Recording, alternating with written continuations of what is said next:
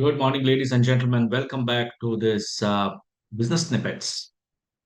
Uh, okay, I'm sure many of us, especially my friends from Kolkata, entrepreneur friends from Kolkata, would be celebrating Durga Puja. But I hope you find this time to watch this today's episode.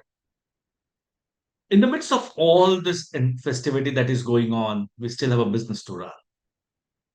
And one of the typical challenges that came up during this festive season, and I'm sure it's going to continue till the rest of November, October and November, is your team walking in into your room and saying, "Sir, I want to leave. Sir, I have to leave early, or I want to go on a vacation because this is the Diwali vacation. My children, who's going to school, they want to take a break." So business owners, entrepreneurs, you are pretty much faced with this team management, people management, getting the best out of people as a perennial challenge. And more so for people in the small and medium businesses who have not yet become a brand, who are not yet flaunting their existence. For young people to come in and work for you and to stay is a challenge because they're unable to flaunt their brands. They are unable to go to their friends or family or people who are young and about to get married and say, I work for this XYZ company. So today I thought that it's important that we address this issue and we take this issue on head on because not everything, and believe me, not everything is at the employee's desk. A lot of it is on the employer's desk. So today, day 17, our theme of business snippets. How does business owners get the most of their employees? Business owners who are wanting to scale up, they cannot do it without employees. And this is a typical example that I shared with my clients that when you're a solopreneur, when you start a business, you don't have a team and you're juggling between one day business development and the second day execution, and you're on that seesaw. And then your business grows and you start hiring people, and in many cases these people who come into us, they put on more fires for us to now run around putting out those fires, because one, they're not committed, they're not they're not looking at it as a long-term career option, and the business owner gets so stuck up that he one day goes back and says, I was better off being a solopreneur. But being a solopreneur, while it's fantastic, is never going to give you scale up. So, what happens when your employees come in and they're unable to perform? And here's the uncomfortable truth, that the goals that we set for ourselves and for others are not reached. And as a business owner, as a work leader, you may be playing an important role in setting those goals for your team members. But then why are those goals so often challenging to stick around? And here are some, based out of research that we have found out, that here are some of the reasons why the goals are never achieved. One, the goal does not tap into anything that the team owners are passionate about. They're doing it for the money. And I'm coming out with a video in the next couple of weeks, which will tell you the harshest of truth. 20% people work, 80% of the people come to work. And it is because that the goals are not, the employees, sorry, my apologies. The employees are not passionate about their goals. They're just sticking around for that paycheck that comes to them. And without any sense of urgency or drive, we tend to feel that the goal isn't that important. At some point in time, because we're small businesses, the small and medium businesses are small, we expect that that the employee would take responsibility. But in most cases, they feel that they are not getting any support from the senior leadership. Sometimes the goals lack an end, which means it hasn't been articulated clearly. Or the goals that the business owner, and the business owner is dreaming, and no harm in that. We are all dreamers. The business is too large and overwhelming. And in these circumstances, people don't know where to start and how to accomplish that goal. That goal is not prioritized. Employees have no sense what progress that they are making because the progress hasn't been communicated. So here are the tips. I wanted to share 9 tips with you today on how we can get the best out of our employees. So the first, begin with the end in mind. You must clearly articulate the goal from that outset. Defining roles and responsibilities of the owners, the founders, along with the employees is very, very critical. What are you trying to accomplish? What are the desired timelines? What will the business look like or the career look like when that goal is achieved? So, what does success look like? Do a documentation, and this is what we call the visioning exercise. It's great to have a mission and a vision for the business, but you need to do a visioning exercise. You should give a reason. The why should the employees stick around with you? Not, I'm not at all saying that after doing this, all the employees will stick around, but your 20% can probably grow to 25% and probably go to 30%. And if you have not reached that 20% of employees working, then probably you'll reach that 20% very soon. A very important way of keeping everyone from every level of employee inspired and focused on their goal is to reinforce that big picture. True business owners, successful business owners, spend a lot of time emphasizing why a goal makes a difference to the company as a whole. And after all, people are driven by larger cause and purpose. In your visioning exercise, you should be discussing how does the goals impact them personally, how the goals align with their passions and career path, how that knowledge and skills that they can develop while pursuing that goal. Once you have done this why piecing, the visioning piece, the big picture, it is the communication. How many of you have defined your KRAs for your employees and you're monitoring them? Because if the goals need to change, and there will be changes, because if you're a young business, especially 4, 5, 6 years into the business, and you're in that exponential growth curve, your business will change and your goals will change, and the team owners need to know immediately, along with the reason why that change has occurred. People appreciate transparency. This is unfortunate, but unfortunately, this is also two-way traffic, and most employees do not come back to you. They are just sitting there and doing nothing. So your monitoring mechanisms have to be very tough. So your employees, if they are aligned to that big why, should be able to notify you promptly of any issues that they know of that could hamper their progress. That's why when you meet the team on a regular basis, in person or virtually, to see how each employee is progressing towards their goals. In many cases, this could be monthly. The frequency of the meetings would depend on each employee and the level of guidance they need. The point is, you don't want to wait till the last minute or until a problem has already been arisen. And here I wanted to bring in a word that is called as fear.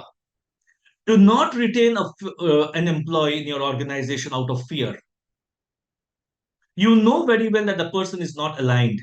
You have tried your very best. You have given direction. Excuse me, but a person is not aligned. Don't let fear hamper your thought process, your cognitive processes. The biggest fear that we have, if this person goes, and if I ask this person to go, where do I find a replacement? Ladies and gentlemen, you just need to look around and you will find your solution. Let go of fear, and I have gone through this in the past, and I'm coming from experience. I've had this experience in the past. Held on to a person knowing very well that the person was not fitting culturally into my organization, neither was she delivering, but I let her continue out of my fear, and I don't want any one of you to go through. While you are doing the why, the visioning, the articulation, the communication, Set a mechanism where your employees are giving you feedback, and if you have given them that that methodology of giving you a feedback, but they're not coming with feedback, there's something wrong either with the employee or the process. So when you're setting goals for employees, you should involve the employees in the process. If you want them to be motivated and passionate about the goal, you need to obtain their buy-in, build their sense of ownership, and give them empowerment to get it done. In any conversation with employees about their goals, your main task is to be the support figure and the facilitator. To perform this function well, you need to ask the employees the right questions and get the right answers. Identify any barriers or friction. Identify any conflicting goals if they exist. Find out whether the goal and the timelines are reasonable, and if yes, fantastic. If not, why not? Inquire as to how they can overcome these issues or how you can help them overcome issues. Confirm with them that the resources that are available at this point in time are good enough for the execution. Huh. Next, don't make your organization a very serious place. We have enough and more problems. But if you're going to make that organization a serious place where people come to work, you'll never be able to achieve those goals. So make goals fun. So accomplishing the goals need not be stiff or formal. It should not feel like a grind. More relaxed casualty meetings, employee engagements can help foster positive attitudes and high levels of engagement. Use illustrations. Use success. Go ring a bell when you've achieved a goal, when you've achieved the success, when you have done something. Get a cake and cut, that you have achieved or you have secured a deal. Do some price mechanisms. Give certificates. People like being awarded and rewarded. Get it lunch, dinner, breakfast sometimes. Go out for outings. Not every day, but go out for outings and have a team dinner every 6 months. Let them do what they want to do best as a human being and not as an employee. Number six, break goals into smaller pieces. Goals can fail when they seem too big and overwhelming. Mentally, it's easier for people to achieve goals if they're smaller and manageable.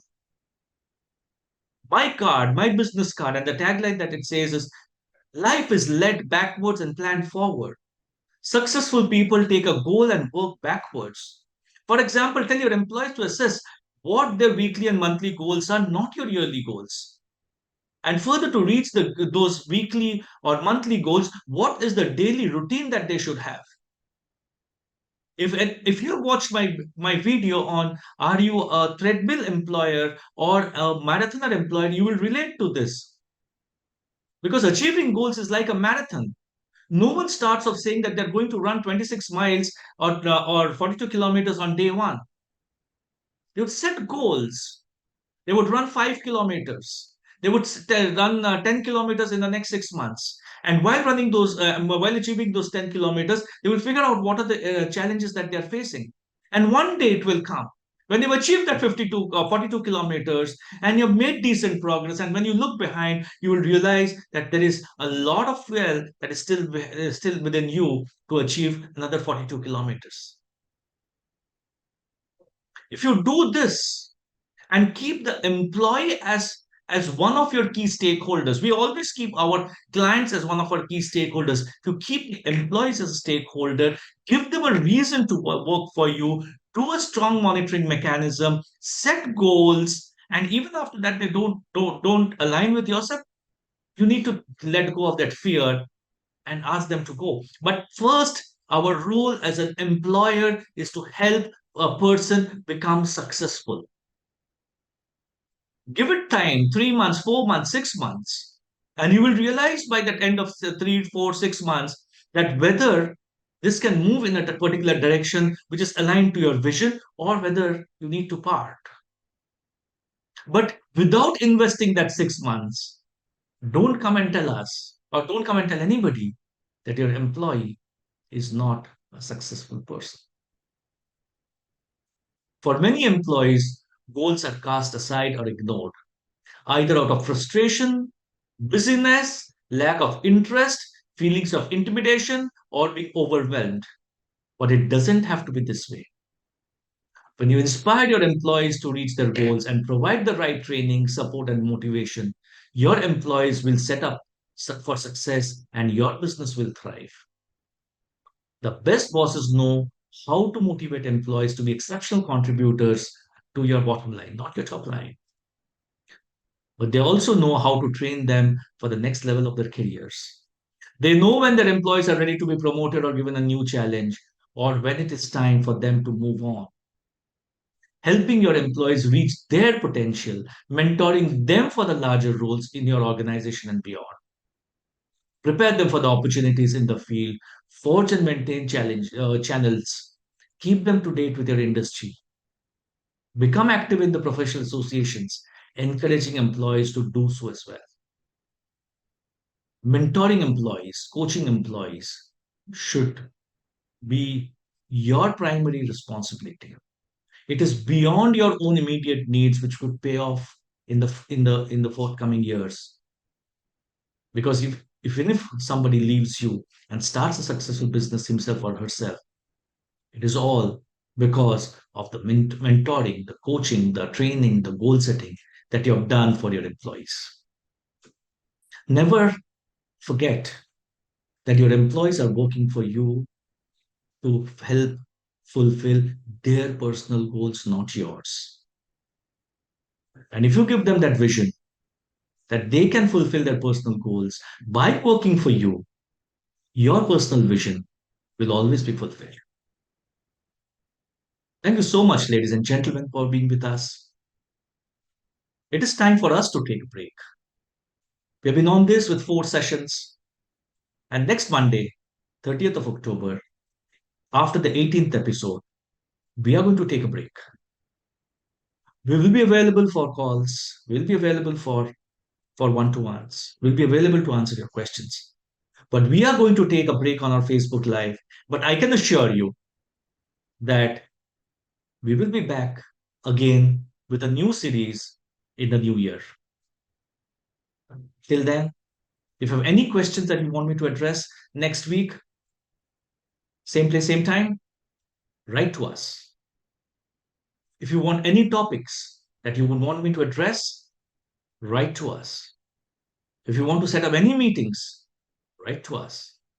Because this week, Thursday, Friday, Saturday, I'm in Kolkata. So if anybody wants to meet, happy to meet. Following week, I'm in Guwahati. Happy to meet anybody that would want to connect with us. Thank you so much for your time. Have a great Navratri. May Ma Durga bless all of us and help us fulfill all our visions and we overcome all the challenges that we have in life. A very good morning and God bless all of us.